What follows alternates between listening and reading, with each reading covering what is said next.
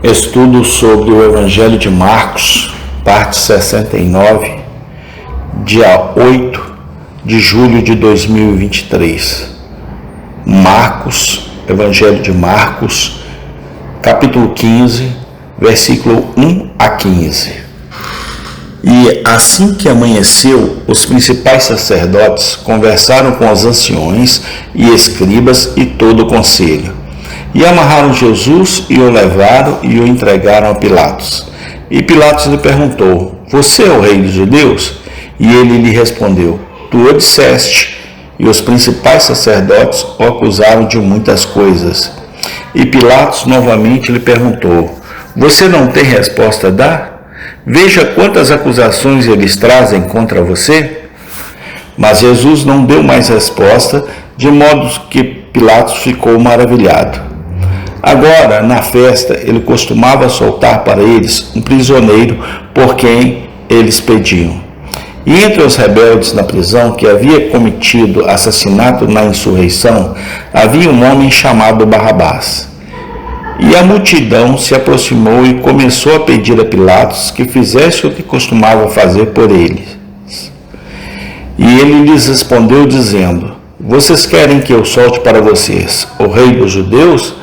Pois ele percebeu que foi por inveja que os principais sacerdotes o entregaram.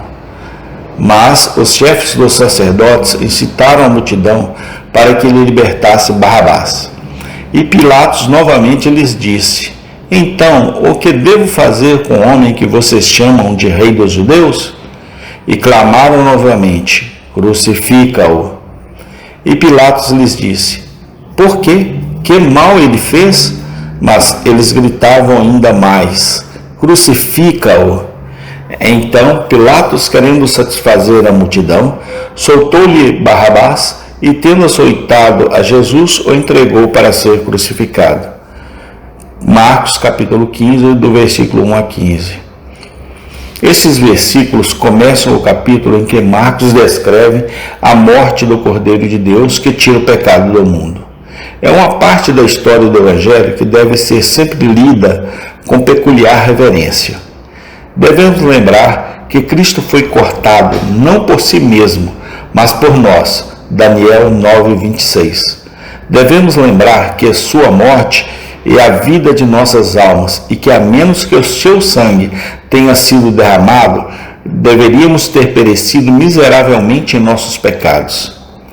Deixe-nos marcar nestes versículos que prova impressionante os governantes judeus deram à sua própria nação de que os tempos do Messias havia chegado. O capítulo começa com o fato de que os principais sacerdotes amarraram Jesus e o entregaram a Pilatos, o governador romano. Por que eles fizeram isso? Porque eles não tinham mais o poder de matar ninguém e estavam sob o domínio dos romanos. Por este ato e ação, eles declararam que a profecia de Jacó foi cumprida.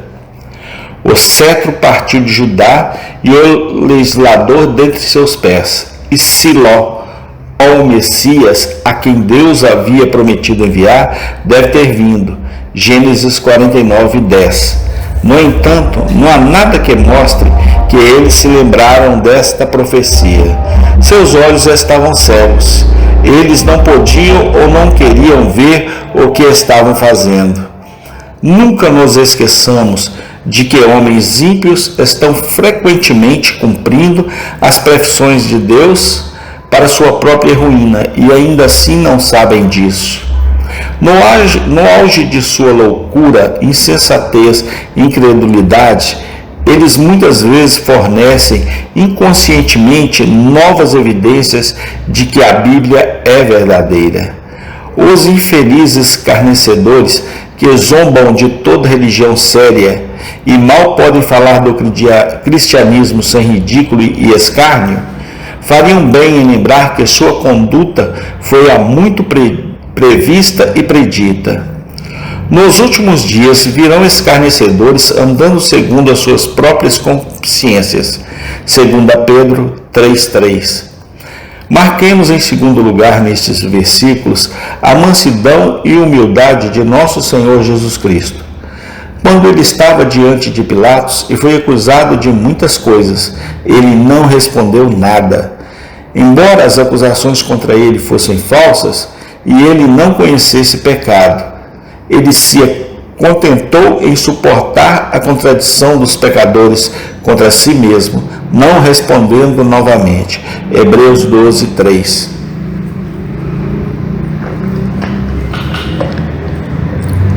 Embora fosse inocente de qualquer transgressão, ele se submeteu a acusações infundadas feitas contra ele, sem um murmúrio. Grande é o contraste entre o segundo Adão e o primeiro.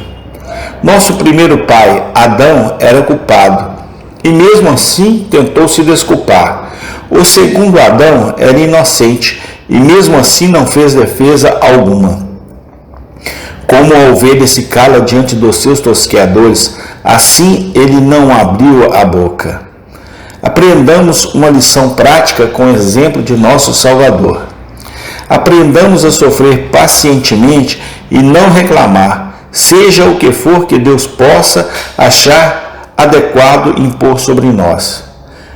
Cuidemos dos nossos caminhos para que não ofendamos em nossas línguas na hora da tentação. Salmo 39, versículo 1.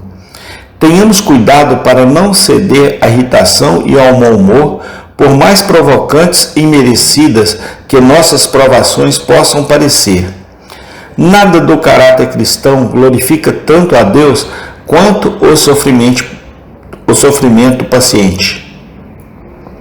Se quando você faz o bem e sofre por isso, você aceita com paciência, isso é aceitável para Deus, pois para isso também fostes chamados, porque também Cristo sofreu por nós, deixando-nos o exemplo para que sigais os seus passos.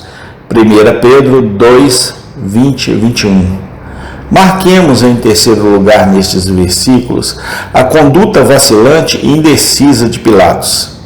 Fica claro pela passagem entre nós que Pilatos estava convencido da inocência de nosso Senhor.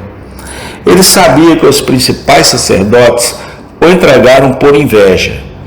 Nós o vemos lutando debilmente por um tempo para obter a absolvição de nosso Senhor e satisfazer sua própria consciência. Por fim, ele cede à importunação dos judeus e, disposto a satisfazer o povo, entrega Jesus para ser crucificado, para a eterna desgraça e ruína de sua própria alma. Um homem em alta posição, sem princípios religiosos, é uma das visões mais lamentáveis do mundo. Ele é como um grande navio lançado de um lado para o outro no mar, sem bússola ou leme. Sua própria grandeza o cerca de tentações e armadilhas. Dá-lhe poder para o bem ou para o mal, que, se ele não souber usá-lo corretamente, certamente o colocará em dificuldades e o tornará infeliz. Oremos muito pelos grandes homens. Eles precisam de grande graça para mantê-los longe do diabo. Lugares altos são lugares escorregadios. Não é de admirar que Paulo recomende a intercessão pelos reis e por todos os que exercem autoridade.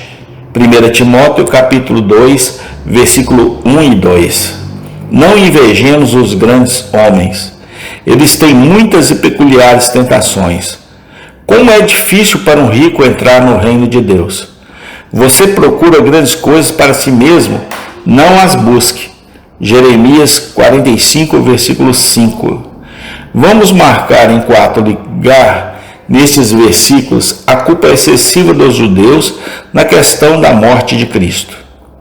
Na 10ª hora, os principais sacerdotes tiveram a oportunidade de se arrepender se a tivessem aproveitado.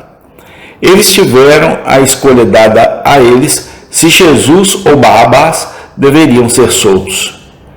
Friamente e deliberadamente, eles perseveraram em seu trabalho sangrento.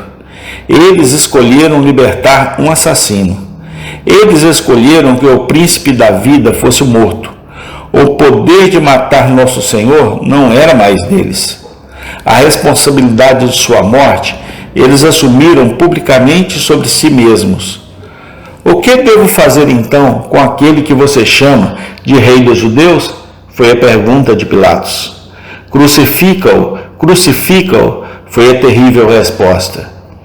Os agentes da morte de nosso Senhor foram sem dúvida gentios, mas a culpa da morte de nosso Senhor deve sempre repousar principalmente sobre os judeus. Maravilhamos-nos com a maldade dos judeus nesta parte da história de nosso Senhor. E não é de admirar. Rejeitar a Cristo e escolher Barrabás foi realmente um ato surpreendente. Parece que a cegueira e a loucura não poderiam ir mais longe. Mas tomemos cuidado para não seguirmos involuntariamente o exemplo deles. Acautelemos-nos para que não se encontrem finalmente escolhido Barrabás e rejeitado a Cristo. O serviço do pecado e o serviço de Deus estão continuamente diante de nós. A amizade do mundo e a amizade de Cristo são continuamente pressionadas à nossa atenção. Estamos fazendo a escolha certa? Estamos nos apegando ao amigo certo? Estas são perguntas solenes. Feliz é aquele que pode dar-lhes uma resposta satisfatória. Vamos marcar finalmente nestes versículos que tipo impressionante a libertação de Barrabás proporciona do plano de salvação do Evangelho. O culpado é libertado e o inocente é morto. O grande pecador é libertado e o sem pecado permanece preso. Barrabás é poupado e Cristo é crucificado. Temos neste fato marcante um emblema vivido da maneira pelo qual Deus perdoa e justifica os ímpios.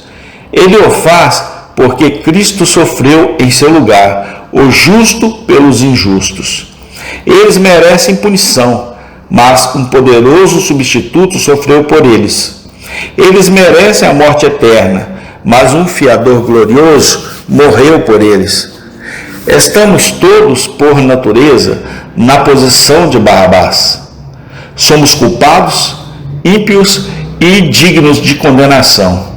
Mas, quando estávamos sem esperança, Cristo, o inocente, morreu pelos ímpios. E agora, Deus, por amor de Cristo, pode ser justo e ainda assim o justificador daquele que crê em Jesus.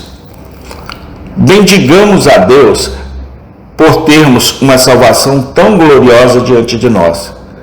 Nosso apelo deve ser sempre, não que sejamos merecedores de absolvição, mas que Cristo morreu por nós.